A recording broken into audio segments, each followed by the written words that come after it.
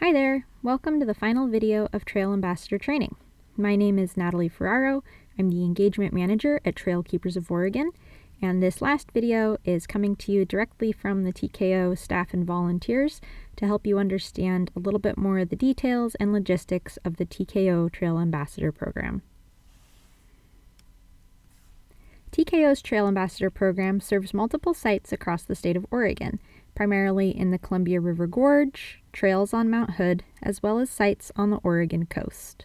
These different regions have different points of contact, so depending on where you're going to volunteer for TKO, you might interact with a different staff person. The staff person supporting trail ambassadors for the North Coast is Emily, and her email address is here on the screen. The staff person supporting trail ambassadors in the Gorge and Mount Hood is myself, Natalie. My email address is also there on the screen.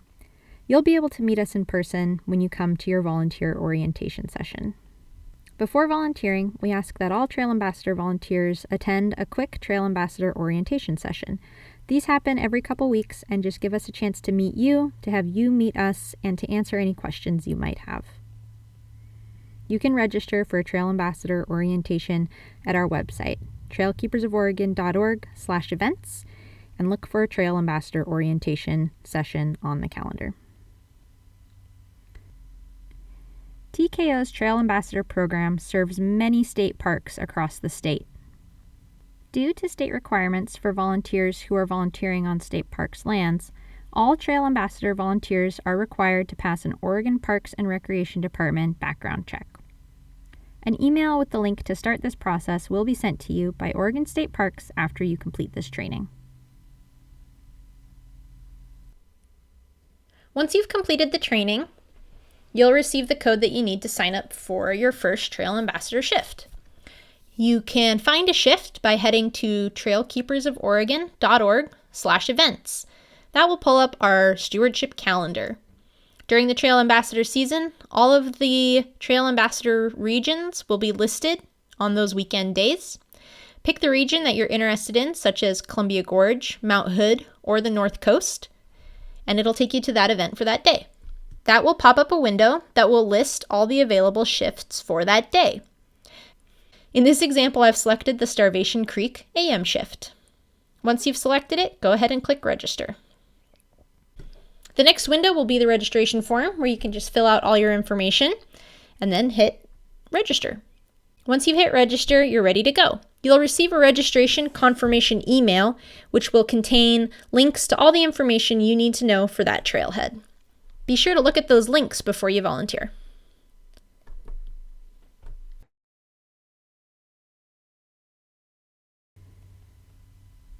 You've seen a little bit about what Trail Ambassadors do, but what does a day of service with TKO's program really look like?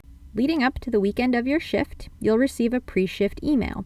These go out on Thursday and are sent by your volunteer coordinator, and they include details about the trailhead that you'll be volunteering at, as well as any relevant updates that you need to know about. They'll also include specific details on how to access the equipment storage locations. The equipment is currently stored in 2 different locations. For the Gorge, if you're coming from Portland, the best spot to pick up your equipment is at Rooster Rock State Park. In the employee area of Rooster Rock State Park, we have a small equipment shed where we keep all the Trail Ambassador gear. We'll share more details about how exactly to get to the equipment shed in your Thursday email. The other spot where we store gear is at the Zigzag Ranger Station. If you're volunteering at a trailhead that's on Mount Hood, this is where you'll be picking up your equipment.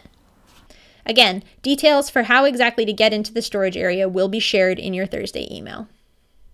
If for any reason none of these equipment storage sites are convenient for you to access on your way to the trailhead, please shoot me an email or give me a call so we can discuss your options for adopting a set of equipment for your own use. Now you're going to see a short video showing you how to set up the tent you'll be using.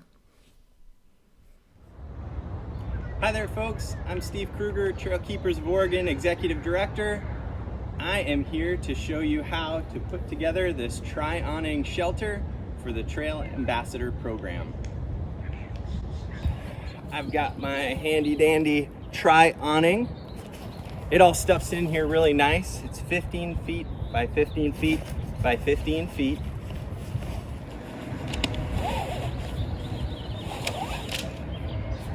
And it comes with 3 tent poles. One of the tent poles is gray, and the other 2 are black. And something to note is that one end has this little gray piece and the other has this metal, shiny metal piece. The gray piece goes in first, okay?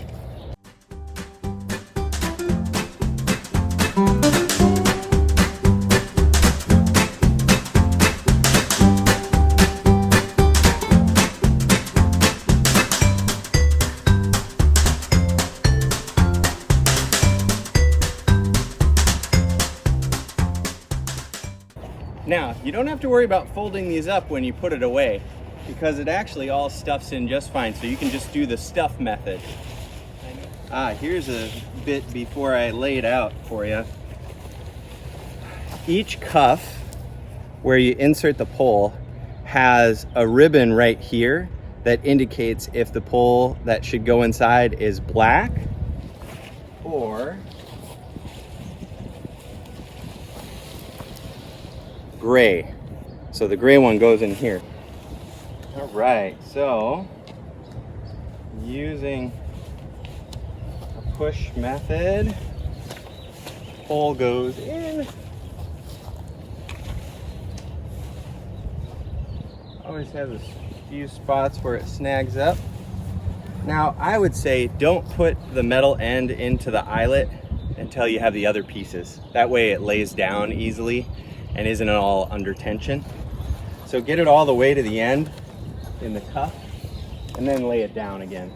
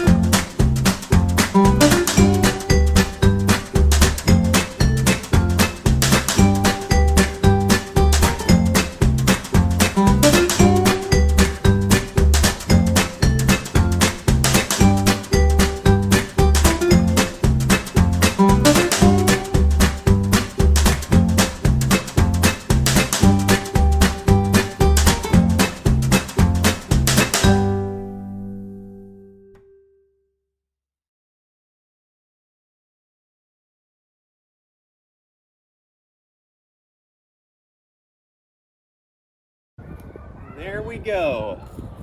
So stakes can be put in. This is the back side, so your gray pole will always go at the back side of where you want to face, and then your 2 black poles are your sides facing your audience. So if I was putting this at a trailhead, this would be the back end and out there is the front end, okay?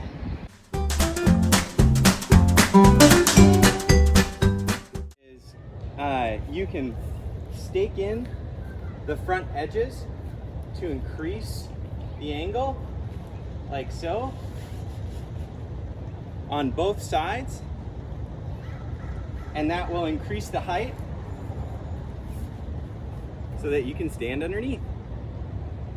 Just a couple more tips with the awning that I found that are challenging.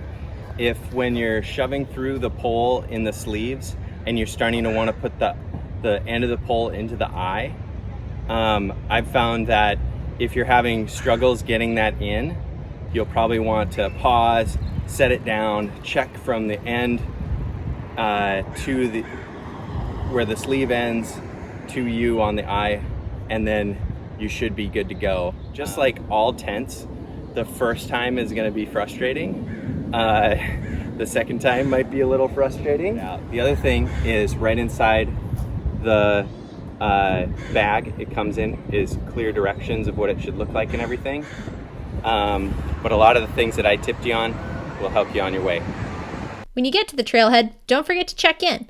We take your safety very seriously, and checking in and checking out is the best way for us to make sure that you're okay. Please text your region's on-call coordinator, who will be listed in your Thursday email, when you arrive at your trailhead. Don't forget to text them again when you leave. The text doesn't have to be anything complicated, just a simple, "Hi, my name is Natalie. I'm volunteering at Starvation Creek Trailhead, and I've arrived for today." And then at the end of the day, "Hi, this is Natalie. The day went great. Signing out."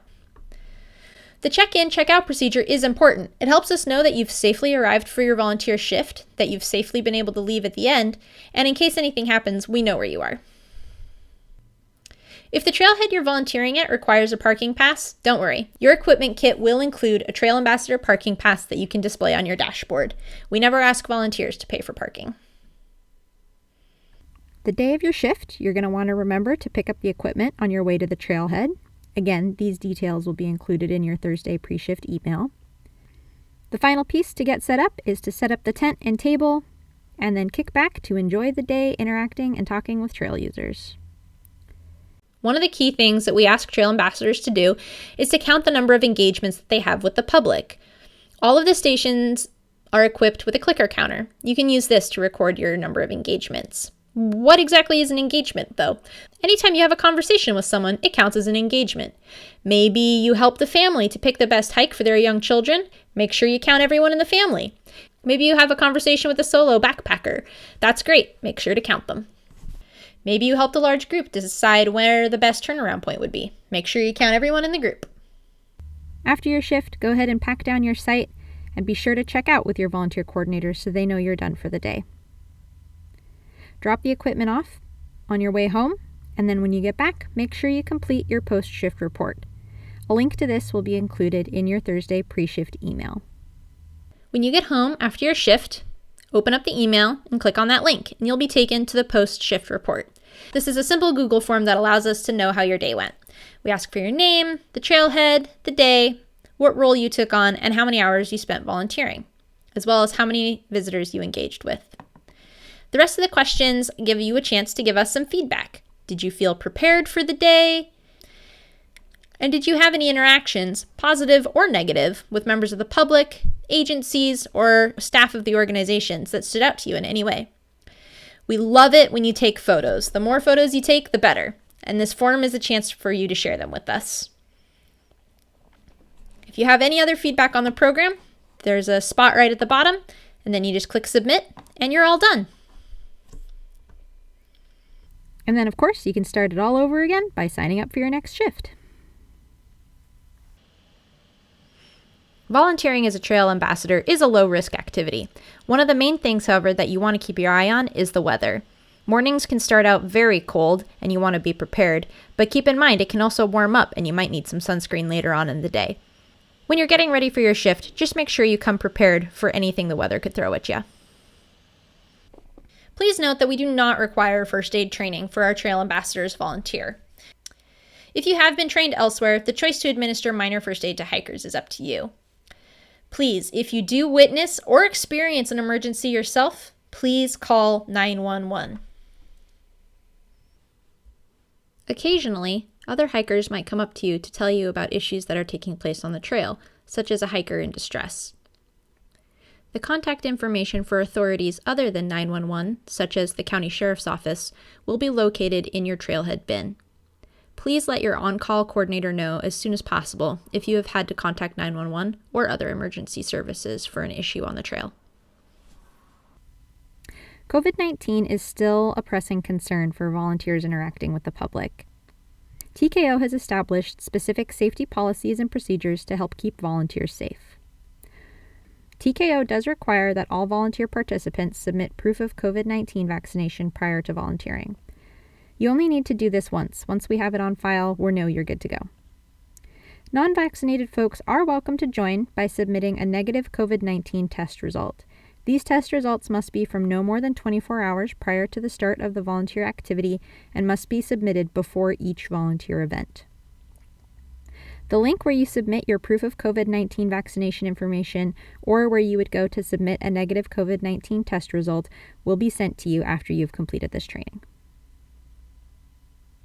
In addition to vaccination requirements, ambassadors have a few other guidelines that we ask that you follow. Because being an ambassador requires close interaction with members of the public, all volunteers are asked to continue wearing a face mask when you are within 6 feet of others, regardless of vaccination status. It's also encouraged that you continue to practice healthy habits, including frequent hand washing and/or using hand sanitizer, and be sure to let your volunteer coordinator know if you are feeling unwell at any point. There are lots of other upcoming opportunities for Trail Ambassador volunteers as well. We offer frequent training hikes during the season so you can get to know trails that you might not know otherwise. We have regular ambassador orientations to welcome new folks and to support current volunteers if they have any questions. We also have a training program for wilderness ambassadors who go out on trail to interact with folks in wilderness environment as well as collect trail data. If you're interested in this training, you can find more at our website. TKO also has frequent opportunities for free or low-cost first aid CPR trainings for our volunteer participants. First aid and CPR training isn't required to be a Trail Ambassador volunteer, but access to this ongoing training is one of the perks. Visit trailkeepersoforegon.org/events to see what events are coming up soon. And that wraps up Trail Ambassador training. The next steps are to take the final quiz. You can find the link for this on the training page. Be sure to fill out your background check when it arrives in your email. Note that this can take a few days to arrive in your inbox. Sign up for a Trail Ambassador orientation session so you can get any lingering questions that you have answered. Once your background check is cleared, we'll let you know and you'll be ready to go and sign up for your first shift. Thanks so much for your interest in giving back to Oregon's trails. We look forward to working with you.